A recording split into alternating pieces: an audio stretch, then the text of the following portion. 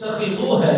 جو گھر گھر جا کر لوگوں کو پیغام دے رہا ہے کہ میں آ گیا ہوں، اس میں خوب ہی عبادت کر لو، میں آ گیا ہوں، اپنے آپ کو سنبھال لو، میں آ گیا ہوں خدا کی بارگاہ میں تمہیں سرخ روئی کا پیمانہ دلانے کے لیے میں آ گیا ہوں۔ اگر تم مارے مارے پھر رہے ہو تو میں تمہیں آزاد کرانے آ چکا ہوں، اگر تمہاری پریشانیاں ہیں تو میں آ گیا ہوں، ایسا خدا کا محبوب ہوں، ایسا مجھ پر خدا کی رحمت ہے، جو چاہتا ہوں وہ کر دکھاتا ہوں۔ میرے آقا مولا صلی اللہ علیہ وآلہ وسلم سرکار نے فرمایا دو چیزیں انسان کی بخشش کے لیے کافی ہے، ایک ماہ مبارک رمضان المبارک کا مقدس مہینہ، ایک اس میں پڑھے جانے والا بار بار کلام الہی قرآن مجید کا مقدس کلام، یہ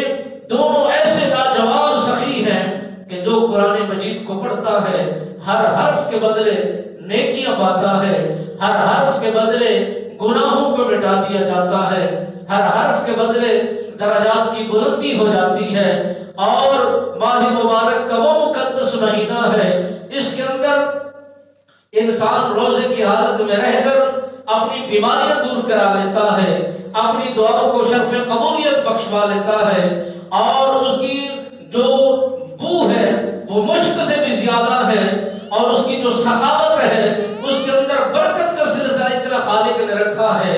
جو ایک لگاتا ہے اسے 70 دیا جاتا ہے، اور ایک روایت میں آتا ہے کہ 70,000 مرتبہ کے برابر اسے نواز دیا جاتا ہے۔ اور جو بندہ اس ماہ مبارک کے اندر اپنی عبادت کا تسلسل کو بڑھا دیتا ہے، اپنی ریاضت کا اصول بڑھا دیتا ہے، میرے خالق و مالک نے فرمایا، مالک ارض و سما نے فرمایا اس بندے کے لیے یہ کافی ہے کہ جب وہ نوافل پڑھتا ہے وہ اجر فرضوں کا پاتا ہے، اور جو فرضوں کی ادائیگی کو یقینی بناتا ہے تو اسے ایک فرض ادا کیا اس کے کھاتے میں 70 فرضوں کا اجر خالق و مالک لکھ دیتا ہے، اور برکت اس کے دل کے اندر اور اس کے گھر کے اندر اتنا بسا دیتا ہے کہ ہر